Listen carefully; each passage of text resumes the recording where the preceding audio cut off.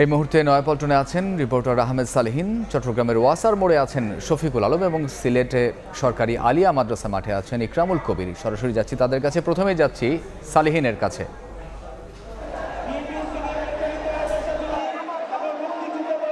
নয়াপল্টনে বিএনপি কেন্দ্র কার্যালয়ের সামনে বিএনপি আয়োজন করেছে গণতন্ত্র দিবস উপলক্ষে মহাসমাবেশের।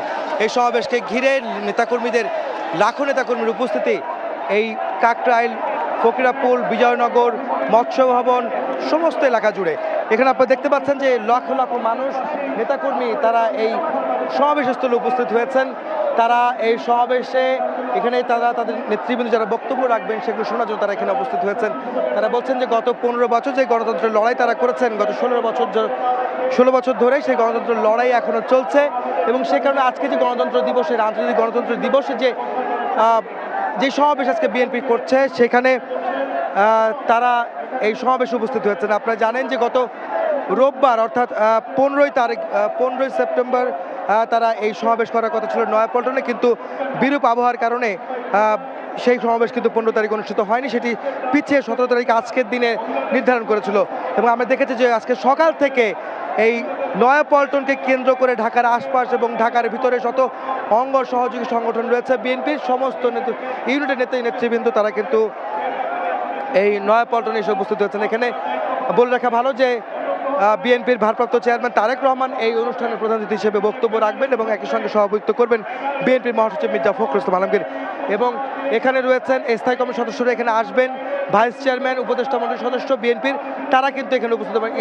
ইতিমধ্যে কিন্তু আমরা বিএনপির অঙ্গ সহযোগী সংগঠনের শীর্ষ নেতৃবৃন্দ কিন্তু আমরা দেখেছি মহানগর উত্তর দক্ষিণের বিএনপির তারা নেতৃবৃন্দ কিন্তু উপস্থিত হচ্ছেন। এখান থেকে আসলে পরবর্তী করণীয় কী হবে বিএনপির সেগুলি কিন্তু আসলে এখান থেকে নির্ধারণ করা হবে বা এখান থেকে একটা কর্মসূচি বা সেই ধরনের মেসেজ বার্তা নেতাকর্মীদের উদ্দেশ্যে দেওয়া হবে বলে আমরা জানতে পেরেছি। বিএনপি নেতৃবৃন্দ তারা এখানে বক্তব্য রাখবেন, গত 15 বছর যে আওয়ামী লীগের শাসন আমল সেগুলি বিষয়গুলো তুলে ধরবেন এবং এখন বর্তমানে অন্তর্বর্তীকালীন সরকার যে দেশ পরিচালনা করছেন তাদের করণীয় কী হবে এবং সামনের ভবিষ্যৎ কেমন হবে সেই বিষয়গুলো কিন্তু আলোচনায় উঠে আসবে। এছাড়াও বিএনপি তাদের এই সমাবেশ থেকে তারা পরবর্তীতে করণীয় কী করবেন সেই বিষয়গুলো কিন্তু আলোচনায় আনবেন এই সমাবেশে, সেটা কিন্তু আমরা জানতে পেরেছি। ইতিমধ্যে বিএনপির অনেক নেতৃবৃন্দ কিন্তু এই মঞ্চে উপস্থিত হয়েছেন এবং নেতাকর্মীরা কিন্তু কানায় কানায় পূর্ণ হয়ে গেছে। নয়াপল্টনের দুটি পাশে যদি বলা যায়, ফকিরাপুল থেকে নাইটাঙ্গেল মোড় কিংবা কাকরাইল ওদিকে মতিঝিল পর্যন্ত পুরো মানুষের সয়লাভ এখানে নেতাকর্মীদের।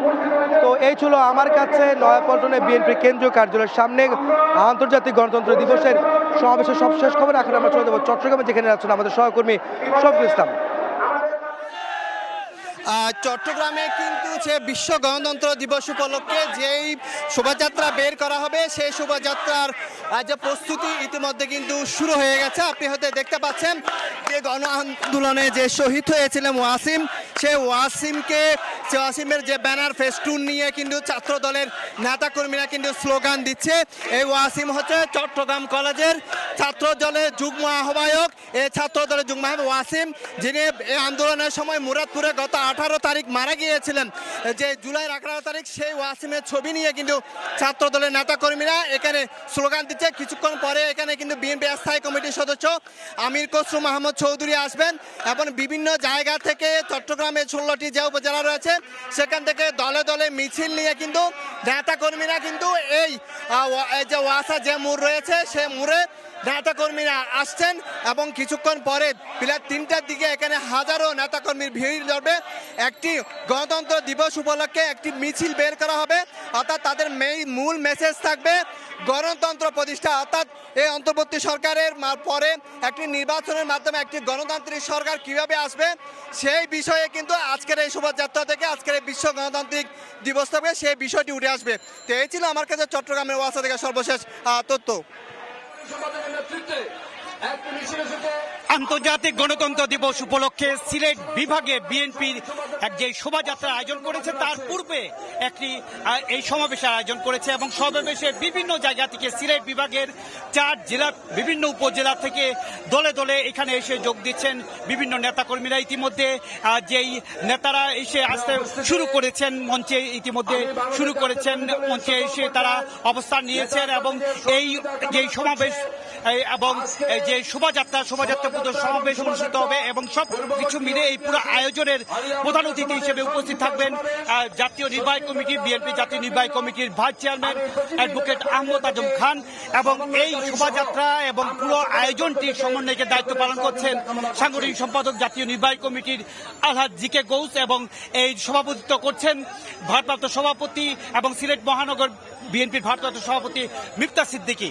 এবং আমরা দেখতে পাচ্ছি এখানে যে সিলেট জেলা বিএনপির সভাপতি কাইয়ুম চৌধুরী সহ বিভিন্ন নেতৃবৃন্দ ইতিমধ্যে মঞ্চে উপস্থিত হয়েছেন এবং বিভিন্ন পাড়া মহল্লা বিভিন্ন উপজেলা থেকে দলে দলে মিছিল করে করে এই সমাবেশে এসে যোগ দিচ্ছে। আমরা দেখেছি প্রায় সকালের পর থেকে এসে যোগ দিচ্ছেন, কিন্তু প্রচন্ড রোদের কারণে আশেপাশে যে ছায়াগুলো রয়েছে গাছের নিচে রয়েছে সেখানে গিয়ে অবস্থান করছেন।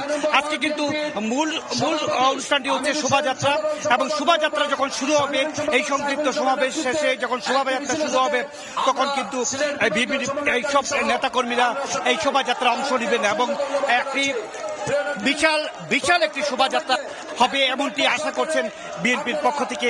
বিএনপি সিলেট বিভাগের পক্ষ থেকে যে শোভাযাত্রা আয়োজন করেছেন এই শোভাযাত্রা সিলেট বিভাগের চার জেলার থেকে নেতা কর্মীরা এসে যোগ দিয়েছে এবং এই স্মরণকালের একটি শোভাযাত্রা অনুষ্ঠিত হবে এমনটি আশা করছেন বিএনপির নেতা কর্মীরা এবং সেই লক্ষ্যেই পাড়া মহল্লা উপজেলা এবং জেলা সিলেটের বিভাগের যে 4টি জেলা প্রত্যেকটি জেলা কমিটির নেতৃবৃন্দ এখানে এসে উপস্থিত হয়েছেন। ইতিমধ্যে মোটামুটি যে শোভাযাত্রা অনুষ্ঠিত হবে এবং তার পূর্ব যে সমাবেশ তা কিছু সময়ের মধ্যে অনুষ্ঠিত হবে। এই ছিল সিলেট বিএনপির সিলেট বিভাগীয় যে সমাবেশ, সেই সমাবেশ এবং শোভাযাত্রা তার সবশেষ খবর। আন্তর্জাতিক গণতন্ত্র দিবস উপলক্ষে দেশব্যাপী আয়োজিত বিএনপির সমাবেশের খবর জানাচ্ছিলেন সহকর্মীরা।